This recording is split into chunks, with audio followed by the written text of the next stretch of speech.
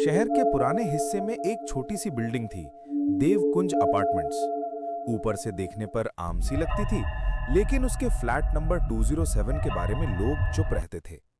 कोई उधर ज्यादा देर टिकता नहीं था। इसी फ्लैट में नए शादीशुदा जोड़ा राघव और निशा अभी अभी शिफ्ट हुआ था। दोनों खुश थे, या कम से कम शुरू में थे। फ्लैट थोड़ा पुराना था, लेकिन उन्हें पसंद था उसका विंटेज चार्म। वो पुरानी दीवारें, लकड़ी की खिड़कियां और झील की तरफ खुलता छोटा बालकनी। पहली रात सब कुछ ठीक था, पर अगले दिन निशा ने एक अजीब बात नोटिस की। बेडरूम की दीवार पर लिखे हुए शब्द, तुम सुंदर लगती हो जब तुम रोती हो। उसने पहले समझा कि शायद पुराने किराएदार ने लिखा होगा मजाक में, और राघव से कहा कल पेंट कर देंगे। लेकिन उस रात जब दोनों सो रहे थे, निशा ने धीरे से आवाज सुनी। निशा। उसने राघव को हिलाया। सुन रहे हो? राघव ने आंख उठाई। क्या? दीवार से आवाज आ रही है। राघव हंसा। तुम्हें सपना आ रहा है, सोया लो। पर निशा नहीं सो पाई। दीवार से हल्की ठप ठप ठप की आवाज आती रही, जैसे कोई अंदर से नॉक कर रहा हो। अगले दिन जब राघव ऑफिस गया, निशा ने पेंट ब्रश उठाया और लिखे हुए शब्द मिटा दिए।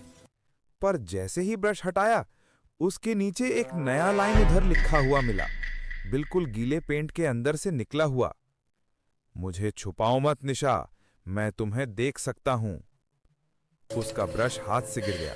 उसने पीछे मुड़कर देखा, कोई नहीं था। घर में बस एक ठंडी खामोशी थी, जो उसके दिल की धड़कन से तेज थी। शाम तक जब राघव आया, निशा ने सब बताया। राघव ने उसे संभाला, पर क्लियरली घबराया हुआ था। उसने कहा, शाम को दीवार तोड़ते हैं, शायद पाइप के पीछे कुछ लिखा हो। रात को दोनों ने हथौड़ा उठाया और दीवार के एक कोने पर जोर से मारा। एक खाली आवाज आई, जैसे दीवार के अंदर खोखला स्पेस हो। यहां कुछ है राघव, राघव ने कहा। दोनों ने मिलकर थोड़ा प्लास्टर तोड़ा और अंदर एक पुरानी डायरी मिली, कपड़े के टुकड़े में लिपटी हुई। डायरी में लिखा था, मेरा नाम काव्या है, मैं इस फ्लैट में रहती थी। उसने कहा था वो मुझे कभी नहीं छोड़ेगा, पर जब मैंने मना किया तो उसने मुझे इसी दीवार में छुपा दिया। उसी पेज के नीचे एक सूख चुका लहू का दाग था। निशा का हाथ कांप गया। राघव, यहां किसी लड़की का कत्ल हुआ है। राघव ने डायरी बंद की। पुलिस को कॉल करते हैं। लेकिन तभी लाइट चली गई। पूरा फ्लैट अंधेरे में डूब गया।